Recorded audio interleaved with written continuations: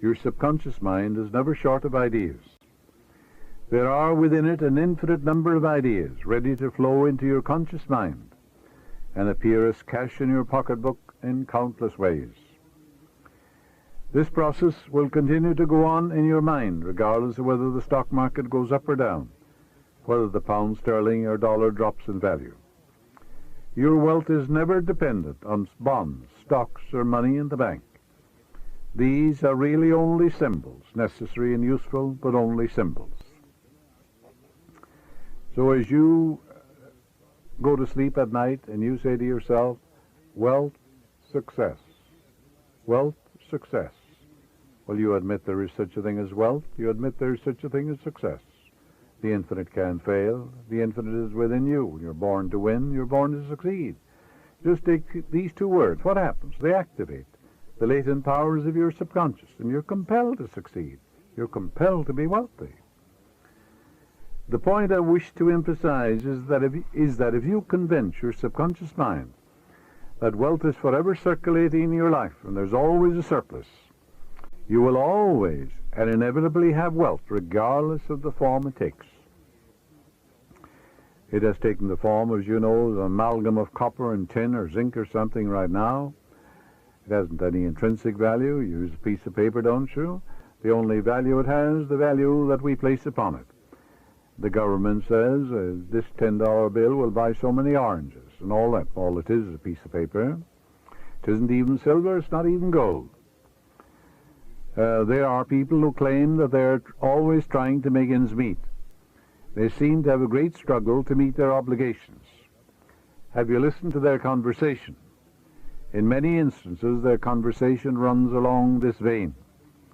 They're constantly condemning those who have succeeded in life and who have raised their heads above the crowd.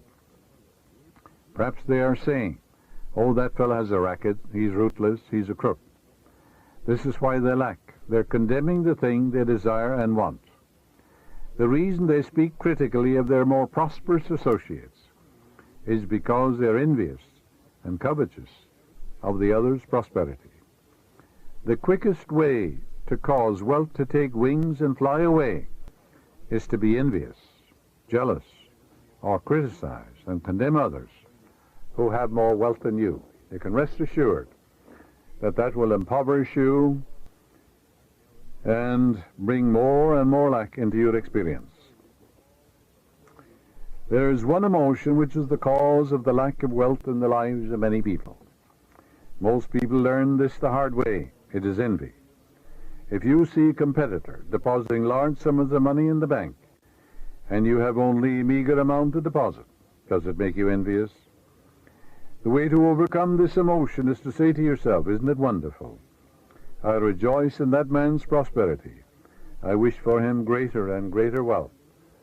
And you're selfish when you do that, because what you're wishing for him, you're creating in your own mind, body, and experience. To entertain envious or jealous thoughts is devastating, because it places you in a very negative, destructive position. Wealth flows from you instead of to you. If you are ever annoyed or irritated by the prosperity or the great wealth or success of another, claim immediately that you truly wish for him greater wealth and success in every possible way. This will neutralize the negative thoughts in your mind and cause an ever greater measure of wealth to flow to you by the law of your subconscious mind. If you are worried and critical about someone whom you claim is making money dishonestly, cease worrying about him. You know such a person is using the law of mind negatively. The law of mind takes care of him. Your Bible tells you, fret not about evildoers and the workers of iniquity in your 37th Psalm.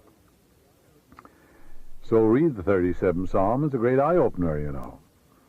Be careful not to criticize a man for the reasons that we just said.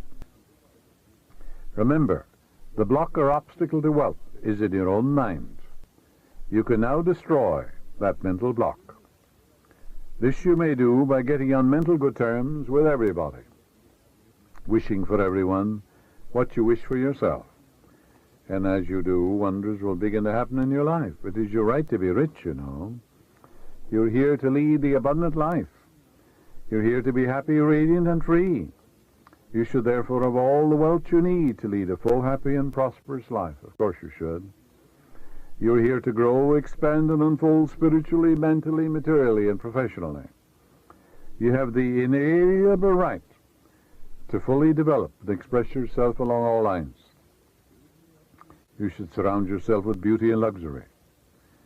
Why be satisfied with just enough to go around when you can enjoy the riches of your subconscious mind?